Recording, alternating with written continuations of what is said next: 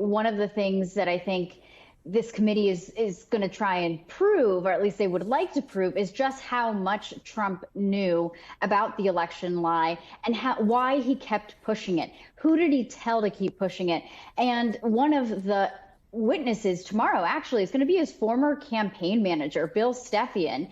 And he is likely to come forward and talk about why Trump and why the Trump campaign continued to, for example, send out emails with the election lie to try and get more money. Where was that money going to? That's another element here that the committee has really tried to look at, is following the money trail. Other witnesses that will also be part of the hearing tomorrow are actually people who worked in different states, who actually either got fired or stepped down or tried to even tell the Trump campaign, hey, you're not going to be able to flip votes here in Georgia or in Pennsylvania. So I think the one thing that the committee is going to try and do, they understand that even after these hearings, they will have several more months to continue investigating. But at the end of the day, to your question, this is likely to be referred to the Justice Department in some way, because the committee itself likely will be disbanded if Republicans take over the House majority. And Minority Leader Kevin McCarthy has said that's likely what's going to happen. So even if they are not able to finish and track every single detail, they hope to pass it on to the Justice Department in some way. Well, and that's a great segue into my next question, which is for Jill. So a federal judge has ruled that Trump likely committed felony obstruction in a case related to January 6th, but the committee puts him at the center of a 7-part conspiracy. What could that mean in legal terms?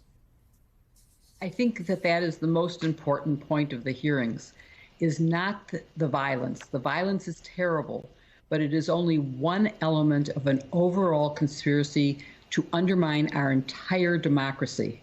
And that's what really matters. I had to smile when Mariana mentioned the follow the money, because it's the 50th anniversary of Watergate, and that was the mantra there. You asked about how they could use the justice evidence, and anything that's not already put in an indictment, presumably the Congress doesn't know, so they aren't using anything other than what's in indictments, because the Justice Department evidence is gotten through grand jury, and that means that it is secret until it's presented at a trial.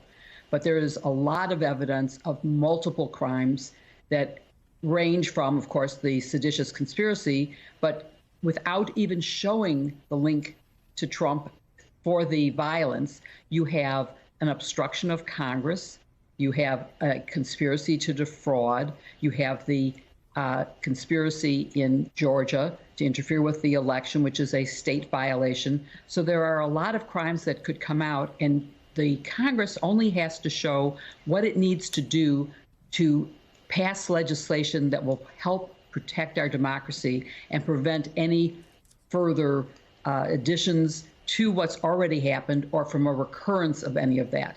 It's up to the Department of Justice to take care of the crimes that have been committed, which we are seeing in person.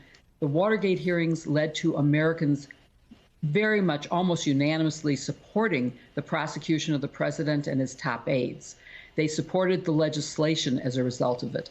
And I'm hoping that that's going to be the same thing that will happen without any delay after these hearings end.